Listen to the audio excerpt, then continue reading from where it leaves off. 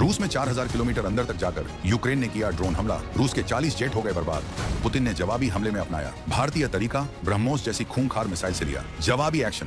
ब्रह्मोस जैसी घातक Iskander missile ने अमेरिकी पैट्रियट को भी कर डाला फेल। दुनिया बोली ये तो भारत की तरह था हमला। आपको याद होगा हमने कुछ समय पहले एक वीडियो में आपको विस्तार से बताया था कि कैसे भारत ने बहुत ही कम समय में एक बेहद सुनियोजित और खुफिया तरीके से ब्रह्मोस मिसाइल का इस्तेमाल करके पाकिस्तान को उसकी नानी याद दिला दी थी। वो हमला इतना सटीक और अचानक था कि पाकिस्तान समेत पूरी दुनिया भौंचक्की रह गई थी। उस वक्त कई रक्षा विशेषज्ञों ने कहा था कि भारत ने जो कर दिखाया है वो मॉडर्न युद्ध नीति का एक नया अध्याय है। और जानते हैं सबसे दिलचस्प बात क्या है? हमारी उस कार्रवाई को देखकर रूस भी अंदर ही अंदर पछता रहा था। जी हाँ, वही रूस जो पिछले काफी समय से यूक्रेन के साथ एक लंबे और थका देने वाले युद्ध में उलझा हुआ है। रूसी रणनीतिकारों को भी यह महसूस हो रहा था कि अगर उन्होंने भारत की तरह शुरुआत में ही यूक्रेन पर ऐसी निर्णायक और तेज कार्रवाई की होती तो शायद ये युद्ध कब का इतिहास बन चुका होता। लेकिन देर आयत दुरुस्त आयत। अब जब पानी सिर से ऊपर गुजरने लगा तो रूस ने भी आखिरकार भारत वाला तरीका अपना ही लिया है। ये सब हुआ यूक्रेन के एक ऐसे कदम के बाद जिसने रूस के सब्र का बांध तोड़ दिया। खबर है कि यूक्रेन ने पश्चिमी देशों से मिले इंटेलिजेंस और शायद कुछ घातक ड्रोन्स के जरिए रूस के अंदर लगभग 4000 किलोमीटर तक घुसकर उसके सबसे महत्वपूर्ण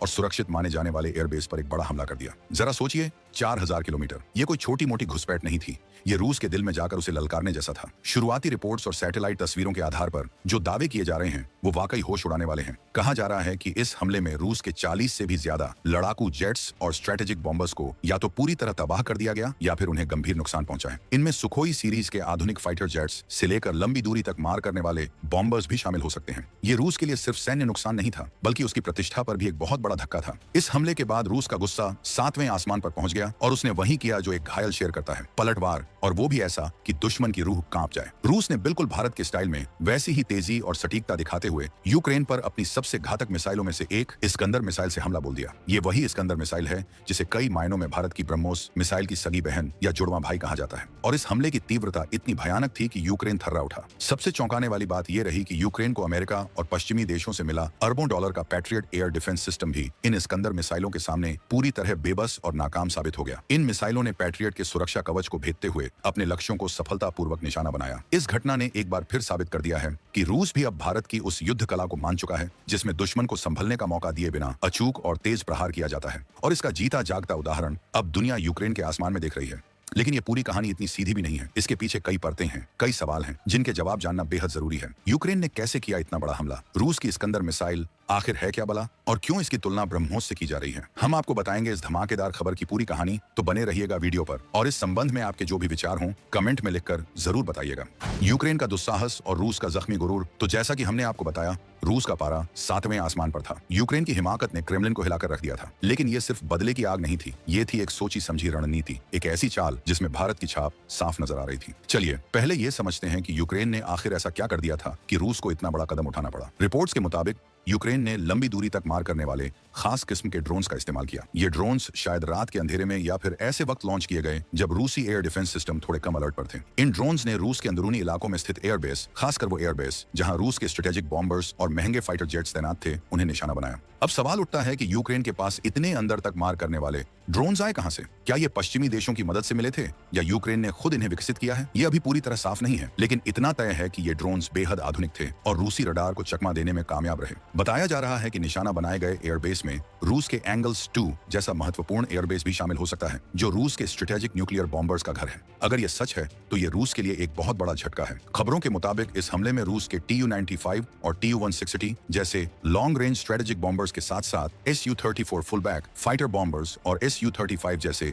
अत्याधुनिक फाइटर जेट्स को भी नुकसान पहुंचा है। कुछ रिपोर्ट्स तो 40 से 50 एयरक्राफ्ट के डैमेज या तबाह होने की बात कर रही हैं। हालांकि रूस ने आधिकारिक तौर पर इतने बड़े नुकसान की पुष्टि नहीं की है, लेकिन सैटेलाइट तस्वीरों और खुफिया रिपोर्ट से जो संकेत मिल रहे हैं वो यूक्रेन के दावों को मजबूती देते हैं। इस हमले ने न सिर्फ रूस को अरबों डॉलर का सैन्य नुकसान पहुंचाया बल्कि उसकी एयर डिफेंस क्षमताओं पर भी गंभीर सवाल खड़े कर दिए। ये रूस के लिए एक वेकअप कॉल थी, एक ऐसी चेतावनी कि अब पारंपरिक युद्ध के तरीके बदल चुके हैं और दुश्मन को कम आंकने की भूल बहुत महंगी पड़ सकती है। और इसी जख्मी गुरूर ने रूस को वो कदम उठाने पर मजबूर किया जिसकी गूंज पूरी दुनिया में सुनाई दे रही है।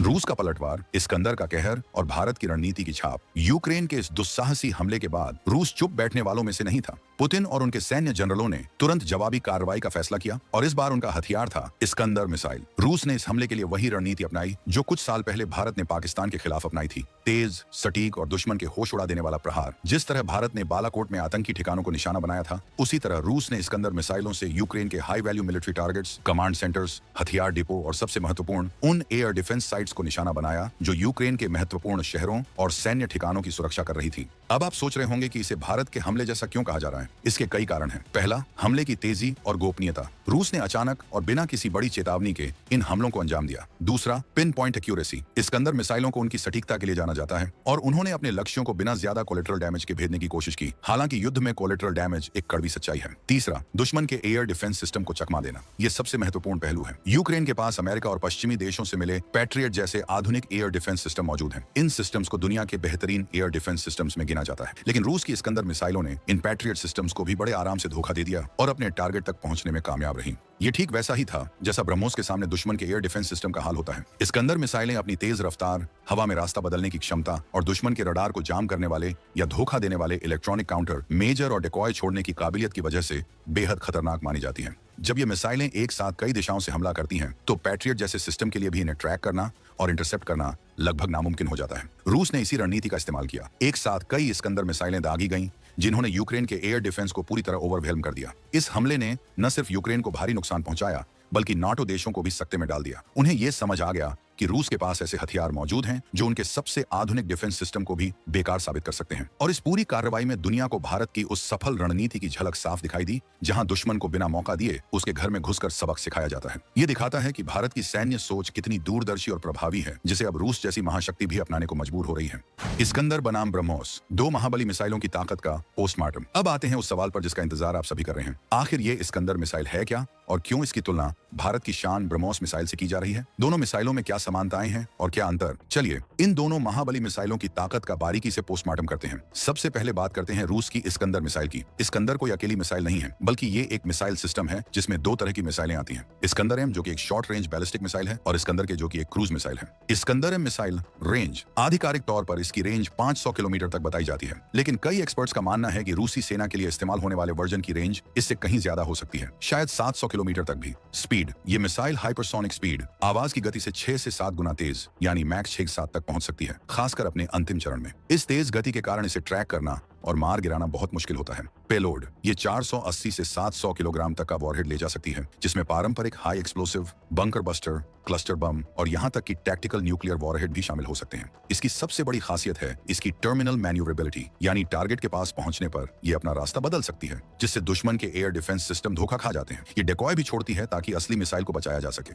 इसकी सटीकता भी बहुत ज्यादा है, कुछ मीटर के दायरे में ये अपने लक्ष्य को भेज सकती है। इसी मिसाइल को रूस ने यूक्रेन पर फायर किया है। इस्कंदर के मिसाइल, इसकी रेंज भी करीब 500 किलोमीटर बताई जाती है, लेकिन ये बैलिस्टिक मिसाइल की तरह ऊपर जाकर नीचे नहीं आती, बल्कि धरती के समानांतर कम ऊंचाई पर उड़ती है। ये सब सोनिक या ट्रांसोनिक स्पीड यानी मैक 0.8 से 0.9 पर उड़ती है, लेकिन इसकी कम ऊंचाई और स्टील्थ फीचर्स इसे रडार से बचने में मदद करते हैं। खासियतें, कम ऊंचाई पर उड़ने और स्टील्थ डिजाइन के कारण इसे डिटेक्ट करना मुश्किल होता है। ये भी बेहद सटीक होती है। अब बात करते हैं भारत और रूस के संयुक्त उद्यम हमारी अपनी ब्रह्मोस मिसाइल की। ब्रह्मोस एक multi platform supersonic cruise missile है, जिसे जमीन, हवा, समंदर और पनडुब्बी से भी लॉन्च किया जा सकता है। ब्रह्मोस सुपरसोनिक क्रूज मिसाइल शुरुआत में इसकी रेंज 290 किलोमीटर थी, लेकिन भारत के MTCR में शामिल होने के बाद अब इसके 450 किलोमीटर, 600 किलोमीटर और यहां तक कि 800 किलोमीटर तक के वर्जन भी विकसित और टेस्ट किए जा चुके हैं। भविष्य में 1500 किलोमीटर तक की रेंज का लक्ष्य है। इसकी सबसे बड़ी ताकत इसकी स्पीड है। मैक 2.8 से मैक 2.8 तक की स्पीड है, 3 तक है। ये दुनिया की सबसे तेज क्रूज मिसाइलों में से एक है। भारत अब ब्रह्मोस 2